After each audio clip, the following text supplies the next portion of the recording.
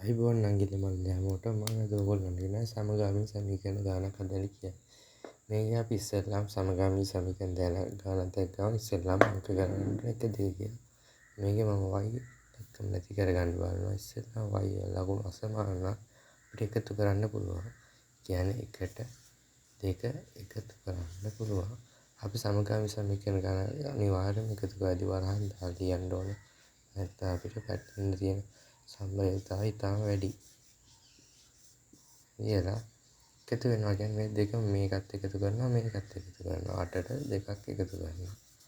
එතකොට මේ වරහන් දැම්ම කියන්නේ අනිවාර්යයෙන්ම එකෙන් වැඩි ගානේ කිසිම දෙයක් වෙන්නේ මේ එක ළමයි එන්නේ එක් වරක් x x එක් වරක් y y එක් වරක් x එකයි x එක් වරක් y y ධනයි ඍණයි වැඩි වුණාම ඍණ එන්නේ 8යි 2යි 10යි.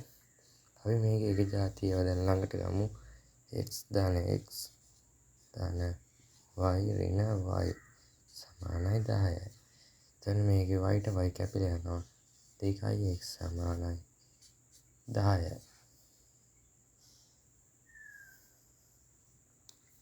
අපි දැන් දෙකම දෙපැත්තෙන් නැති කරගන්න දෙකෙන් බෙදනවා. දෙකට දෙක කැපෙනවා x සමානයි 5යි කියලා අපිට උත්තරේ ගන්න වෙනවා.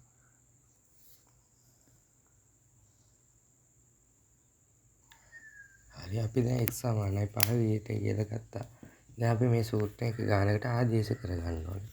මම මේකේ පළවෙනි සූත්‍රයට ආදේශ කරනවා x ධන y සමානයි 8යි. අපි x කියන්නේ දැනටම දන්නවා 5යි කියලා. y තමයි නොදන්න පදය.